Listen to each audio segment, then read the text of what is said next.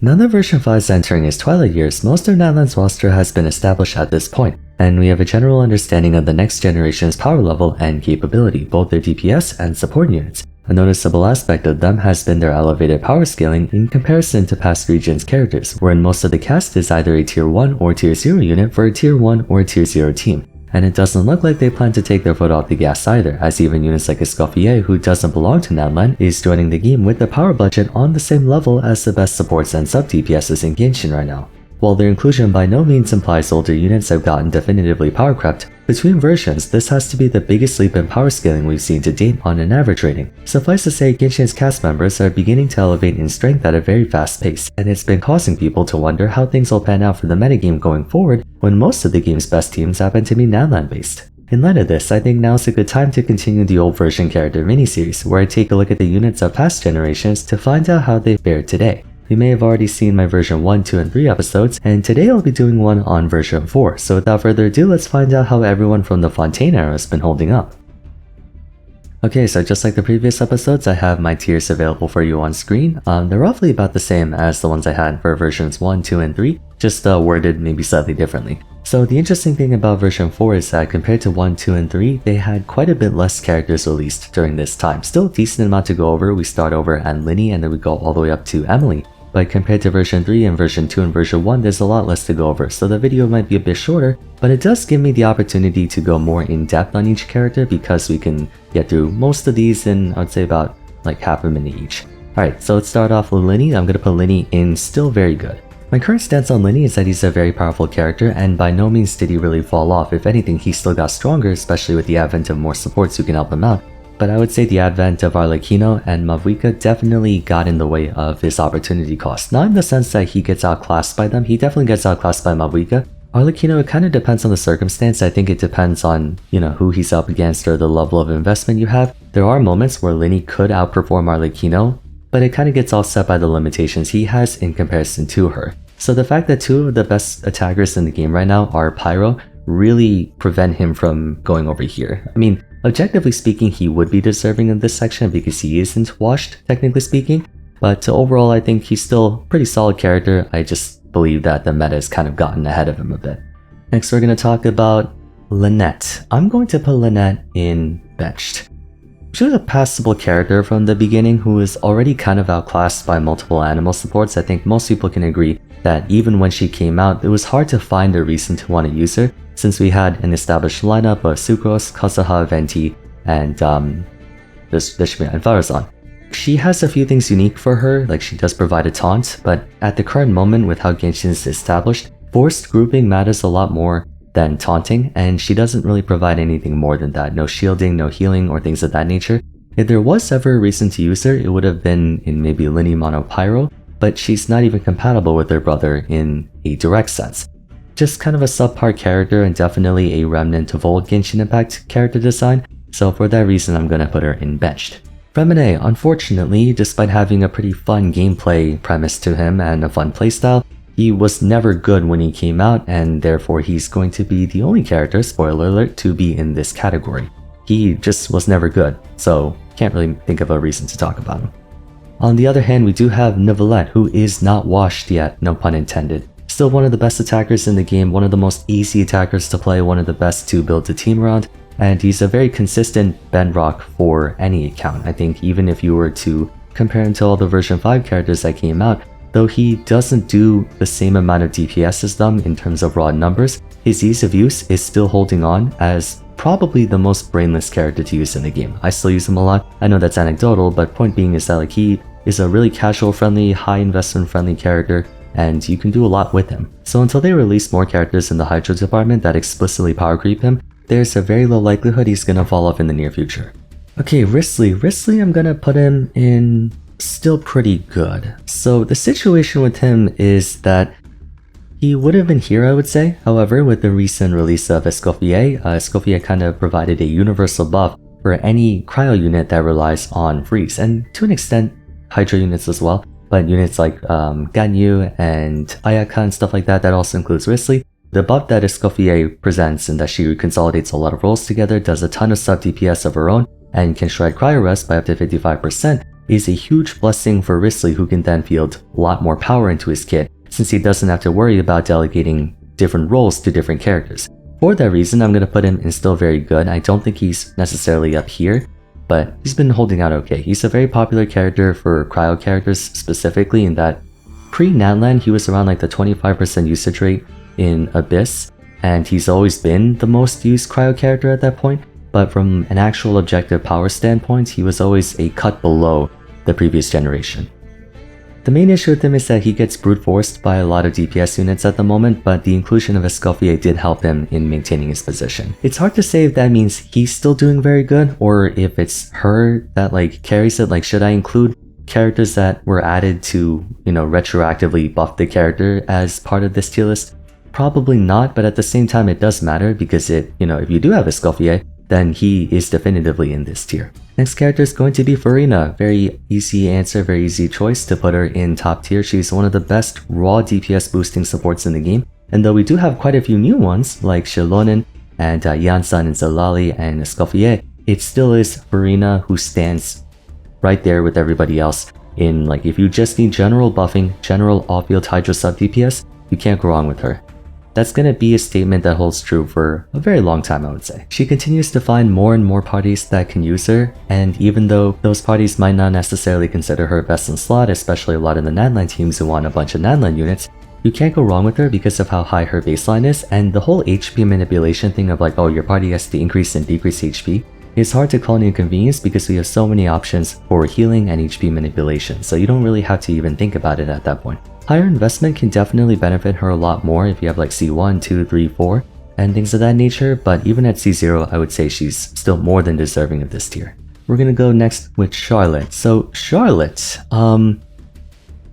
people were on the fence about her. There was a little bit of controversy on where Charlotte stood. Like, some people were saying that she was never good, like she was such an underwhelming character in a roster that was full of underwhelming 4-star characters like Shen Yun or Diona. Well, Diona was good for her time, but then she fell off quickly. Like, we just had a lot of characters in the cryo department who could do something similar to her, if not better, or something a bit more efficient. Like, in actual shielding, we had Layla. For healing, there was still already Diona. Like, there was just not much to talk about with Charlotte. She wasn't trailblazing any new thing. She was kind of just reinventing the wheel. And it only got worse with the advent of Escoffier, who, trying to compare these two would be like trying to compare, friggin' Barba to Furina. Not really, they're different, but you get what I'm saying. It's like Escoffier makes Charlotte look like a 2-star character. Charlotte was a usable character to an extent back in the day, but then, just like the only real meta team that she belonged to or that she could find a spot in would be Fridge teams, which is Bloom with Cryo added onto it. But even then, that was kind of a rogue strategy. So Charlotte, like, I almost want to put her down here, if not a little bit worse, but I think it's like, you could still use her. It's not like there's a reason not to use her. I don't know, she was never that great of a character, so I might have to put her in benched. However, on the other hand, we have a character like Navia. Navia is definitely going to be in the top tier.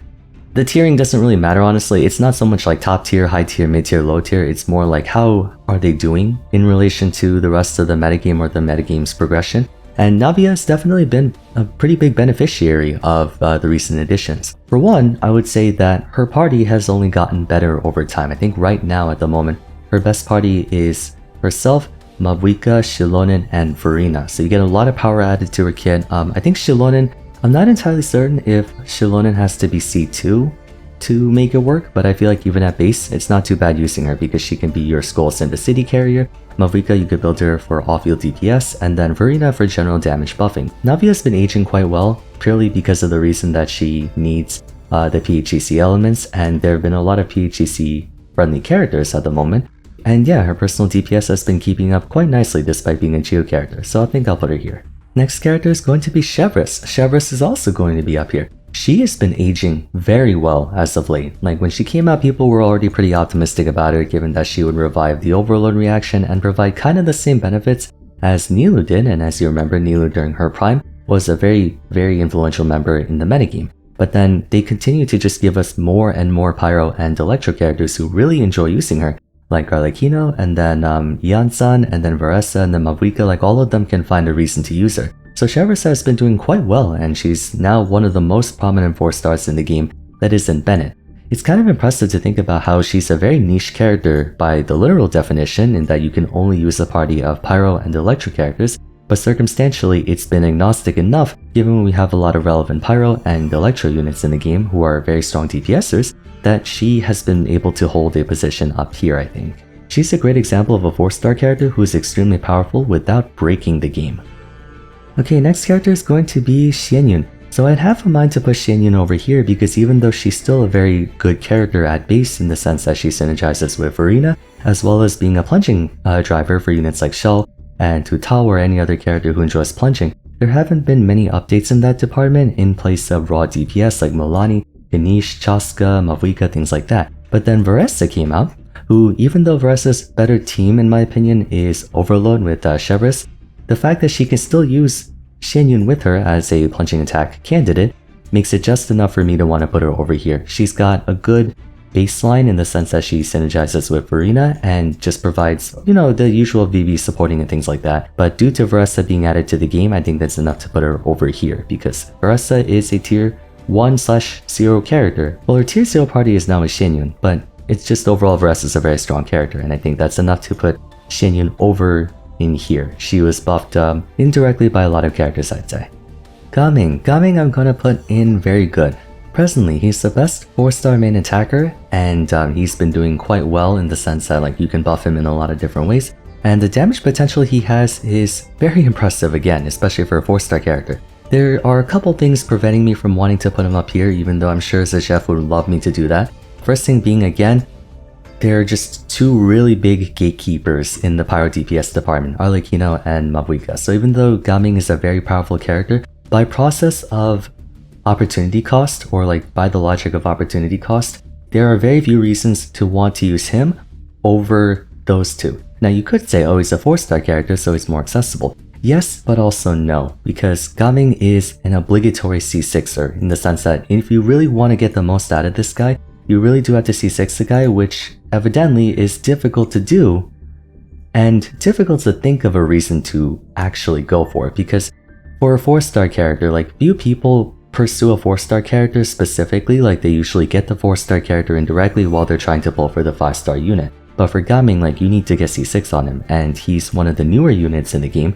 Most people who have been playing the game for a long time, they probably already have like C6 Bennett, C6 Xingqiu because they were here from the very start. Over time, you naturally just got your hands on them. But for Gaming, he's still a relatively new character. He came out, I think, in 4.4, 4.3, 4.4, somewhere around there, which means most people don't have C6 Gaming unless they intentionally went for him. That alone kind of makes him situationally not up here, if that makes sense. Like, he's a great character, probably, like I said, the best 4-star attacker in the game at the moment. But you need to C6 him. And there are two characters who are currently dominating the Pyro roster at the moment. I don't think it's a bad thing to put him up here. This is still a very good tier. It's like a good tier for you to be in. It's just, you know, 4-star problems. Okay, Chiori. Chiori I'm going to put in okay. Kind of the issue with Chiori right now is that when she came out, she was supposed to be enabler, right? Like she was supposed to help out Mono Geo teams like Ito, and she was also supposed to be a good secondary character for Navia. Mono Geo just got abandoned, right? Like Hoyo officially gave up on Mono Geo. I don't think there's ever an incentive for people to go back into Mono Geo just because it's either Ito or that's it. Now as for Navia, a lot of party members came in that do things better for Navia than Chiori. Like for Shilonen, if Navia wants 2 Geo characters, then you can go Shilonen. And for all field damage boosting or DPS supports, you have units like Mavuika. There is the option to play her as a backup attacker for a main DPS Shilonen build with constellations, but understandably it's a rogue strategy, and I think overall, despite her being a very good character in and of herself, there's not much of a reason to want to use her at the moment since she's fundamentally a very replaceable character. So for the time being, I'll put her in okay. Perhaps in the future they might actually revisit Mono Geo and release a new Geo main DPS character who needs a Mono Geo team, but for the time being, Chiori will be where she is. She hasn't been aging too well because the meta just completely went in the opposite direction of what she specializes in. Arlecchino, to no one's surprise, she will be up in top tier. She's still one of the main frontrunners of the game right now, and though she does have to share the Pyro throne with Mavuika, I think she's still a very relevant character, top 5 DPS in the game, and she'll be there for a while because if Mavuika came in and people are still making liberal use of Arlecchino, then clearly there's room for 2 of them, which means there will need to be a third Pyro DPS who is at the same level as them, if not more. And kind of like I mentioned in my Scoffier video, I don't think Hoyo wants to make a character that power creeps Mavuika, because if they do, it will be a very big indication of Cavalier power creeping, and I think it'll piss off a lot of people. Consistent DPS, consistent uptime. The caveat of her being unable to heal without using ultimate can be a little bit tiresome to deal with, but it's not that much of an issue. We have plenty of shielders in the game, and you can easily make use of elemental burst iframes or things of that nature, so it's not too difficult for you to use her. Not to mention she can be used in a wide variety of parties. You can do Vape, you can do Mono Pyro, you can do Overload, whatever the hell you want. She's a very good character. Clarent is going to be in still pretty good. It's kind of hard to say with Clarent. She was a very good character when she came out, a very impressive one, and potentially the best electro attacker in the game. The inclusion of Varessa kind of hurt a little bit because Clarent, even though they're not in the same exact niche, I will say, in terms of main DPSs across all elements, the bar has been raised pretty substantially, so Clarent by opportunity cost is not really doing so hot in that department. That being said, she could still keep up with the new generation if you can build her in that sense. It's kind of similar to Wristley and Linny, where there are circumstances in which you can use them to perform on par with the current tier 0 teams, but as the character herself, I don't think she's quite as present in the metagame as the ones above her. There is one saving grace in Ian-san. So Ian-san, as you know, is a huge attack boosting buffer, and she's an Adeline character, so obviously Skull is in the city and stuff like that. Given that Ian-san's a very good partner for Varessa, you can also argue that Ian-san's a very good partner for Clarent. I haven't looked into it too much, I might have to ask my friends on how they feel about that. But altogether, I'll put Clarent in this tier. I think it's a fine area to put her in. Okay, now we're going to talk about Fischl. So Fischl, when she came out, was never really that impressive of a character. She was coming in and people were automatically saying that she's a downgrade or a side grade at best to Kokomi, a character who's been here for a long time. Where the hell is she? Right here. Though she does have utility in that she can buff the entire party with Verena, she's a late version 4 character at a time where we had a lot of overpowered characters already, and by that point, healing for the sake of offsetting Verena's fanfare stacking mechanic has long since not been a problem, so I just feel like there's not really much of a reason to use her, and she's definitely one of the more underwhelming 5 stars in version 4, if not the most underwhelming 5 star in the game. She also kind of just got ultra power crept by version 5 support healers in that Shilonen and Esco both provide healing for the party and a measurable amount at that, while doing so much more than Fischl. Kind of hard to argue for putting her anything higher than this. Maybe I might put her here, but I don't think people would be too upset if I left her unbenched. Not many if anybody went after her. Sethos. Sethos I'm gonna put in probably benched. Now I'm gonna be completely honest with you, as a 4-star Electro character, though he's a main DPS unit first and foremost, he got completely destroyed in terms of 4-star Electro character value by Ian-san and Auroran. And in terms of damage, like, attacking and stuff like that, there's Clarent, there's Varessa, there's Fischl, there's Yaemiko. There's a lot of characters who do Electro damage better than him, whether it's a main DPS or sub DPS or anything for that matter, that I feel like, despite him coming out later on in version 4, he is really, it's not that he's weak, like he's a pretty strong character if you can actually like play him correctly and use him correctly, but most people wouldn't care to give him the time of day because he's not your 5th choice or 6th choice even. Like there's just too many characters above him that he came in without carrying anything super special or unique compared to Auroran and Ian-san, who do so much more. Again, not saying that he's a support character, it's just that when you're a 4-star character in version 4 and especially version 5, you need to be able to do something really freaking well. And Sethos doesn't do something really freaking well, or at least not one that is of high value to players, so he'll be unbenched, I think. I honestly forgot he even existed. I think out of all the version 4 units, he was the most forgettable one. He came in during version 4's like hyper filler era, so it was just kind of hard to remember him. Emily, on the other hand, while she is a filler character, is actually going to be in this tier, so I'm gonna pause the video, give me 2 seconds.